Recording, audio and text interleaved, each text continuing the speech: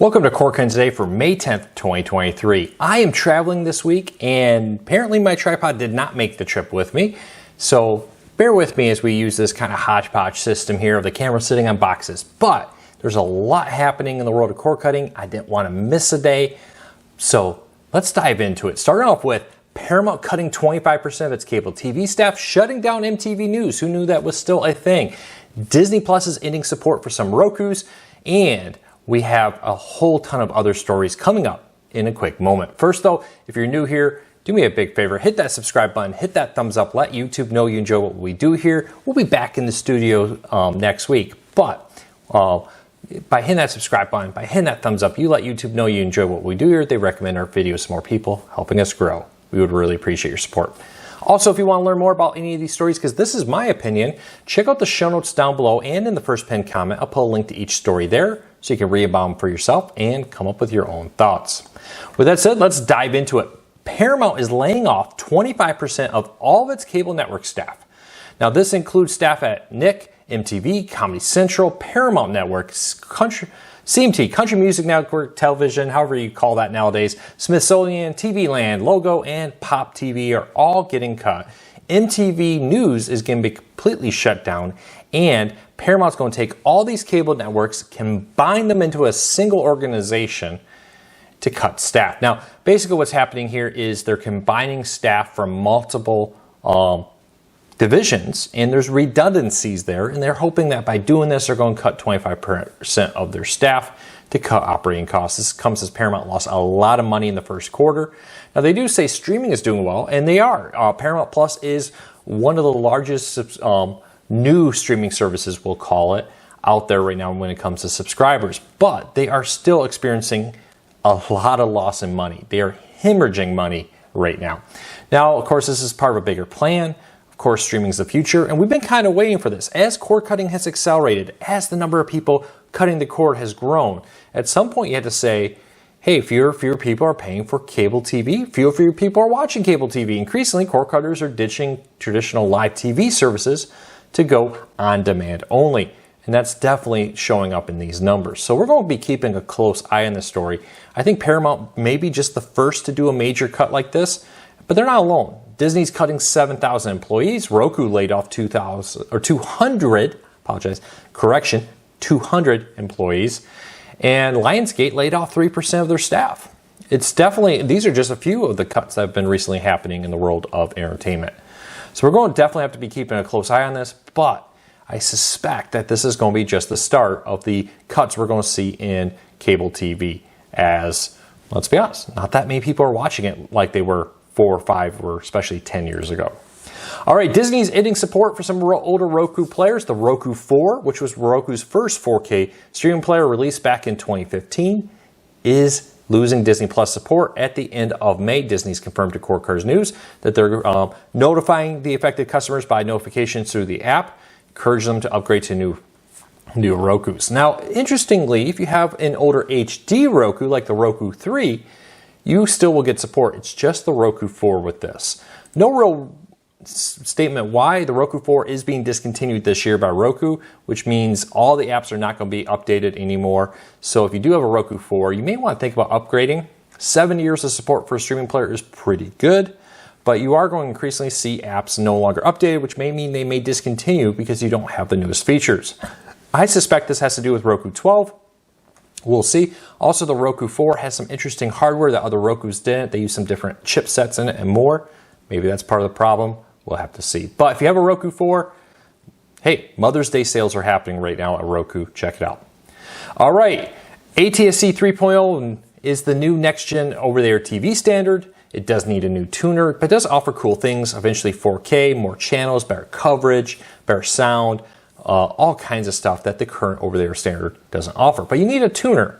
Well, we have another tuner. One of the problems with some of the tuners is they've been kind of expensive. Well, this one is coming in, at least right now, introductory, for under $100. Now, this comes from Pearl TV, one of the organizations kind of creating the standards for ATSC 3.0, has approved this tuner from DHT. The name of the company, I can't really sure how to pronounce it. Link in the show notes. But they are offering this as an HDMI tuner. Allows you to also connect to Android devices and more and stream it through there. But typically this new next-gen receiver will be $119.99. If you pre-order it for a limited time, $79.99 to get your new next-gen tuner. Check it out. Link in the details to go on there and more about this tuner, but it's one of the cheaper ones on the market right now. All right, so what's the most popular live TV streaming service? This is a question that's kind of hard to answer because only Sling TV and Fubo report their subscribers numbers. Disney, AT&T, YouTube TV, Google, they all don't report their subscriber numbers. But we did some digging using iOS's top 100 channel list or app list. So we can look at their top 100 entertainment apps and get an idea how big each service here is. And here they are in order according to the iOS App Store. People installing these apps and using these apps. Hulu is number one, but it's kind of hard to say how many of those are live TV customers. YouTube TV ranks 13th. Sling TV ranks 26th. Fubo 34th. Maybe a little surprisingly is DirecTV Stream is 49th and Philo's 84th. Now DirecTV Stream has recently been combined into just the DirecTV app. So that's DirecTV customers streaming online and DirecTV Stream customers. So it's kind of what we expected. Hulu and YouTube TV have long been, according to analysts, the two largest on-demand or live TV streaming services, and this reinforces that. It'll be interesting to see though how many of those Hulu ones are on demand and live TV. It's often been rumored that both are right around 5 million customers for their live TV service, with YouTube TV slightly larger. Let me know, does it surprise you to see Sling at 26, Fubo at 34, DirecTV Stream at 49, and Philo at 84th? Now this only shows the top 100. The other services did not place in the top 100 with that.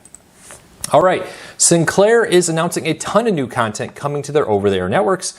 So these are the networks you see in like the 0.1, 0.2, 0.3, those sub-channels. And we got Comet, the Sci-Fi Network, which is pretty good, Charge, and TBD, all announcing new free content coming. And some of them, like Comet, stream free with their apps or through different services here. But new shows are coming there, including things like CSI, Criminal Intent, and America's Funniest Home Videos are now going to be broadcast for free through those networks. If you want to find the full list of additions to them, check out the show notes down below with that. All right, one thing that's always been a big complaint of people is Hulu's live commercials. And now it seems with the most recent update this week, Hulu has started to slightly normalize the volume between shows and commercials. If you're ever watching Hulu with commercials, you know it gets really loud when the commercials happen, and this has been being addressed. Multiple reports and people are saying they've noticed the improvement. I want to know from you, question of the day, do you use Hulu with the commercial plan? Have you noticed the volume between commercials and the shows normalizing a little bit? Leave me a comment, let me know. Speaking of Paramount laying off staff, AMC lost 300,000 subscribers to its streaming service as it struggles to handle the growth of cord cutting.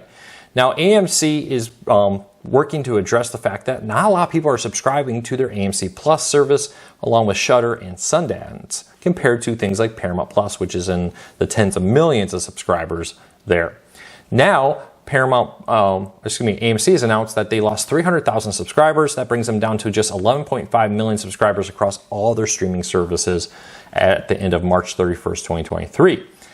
To help address this, they are launching an ad-supported cheaper plan for AMC Plus to try to attract more customers who may not want to pay the full price for it, but may be willing to pay to get a cheaper one with ads. We'll see, but it kind of gives you an idea why Paramount's cutting staff. You know, people are not subscribing to all these services in the way that many cable networks had hoped. And lastly, if you're watching this today is the last day to take advantage of YouTube TV's extended free trial, 3-week free trial, along with a discounted plan there. You can get a cut of it, cheaper plan for YouTube TV for the first 3 months, and then it goes to the normal $72.99 with that. Now you have to get that today. This is the last day tonight at Pacific time, just before midnight. This deal is ending according to YouTube TV. They often bring these deals, put them away for a few days, and then extend them or not. It's hard to tell what Google does. But if you've been thinking about YouTube TV and you want to try it out for 3 weeks free and then get a discounted rate for the first 3 months, today is the day to do it. Don't wait. Check it out. Link in the show notes to learn more. Well, that's it for today. No Q&A tonight. I'm back next week. I am traveling this week, but next week we'll have a Q&A Wednesday. We usually do them Wednesday, 7 p.m. Eastern, right here on YouTube. Well, that's it for today. Thanks for bearing with me as we kind of do a little hodgepodge setup here. Hopefully I can figure out a tripod very soon. I'll talk to you all real soon. Take care, everybody. Be safe. We'll be back again tomorrow.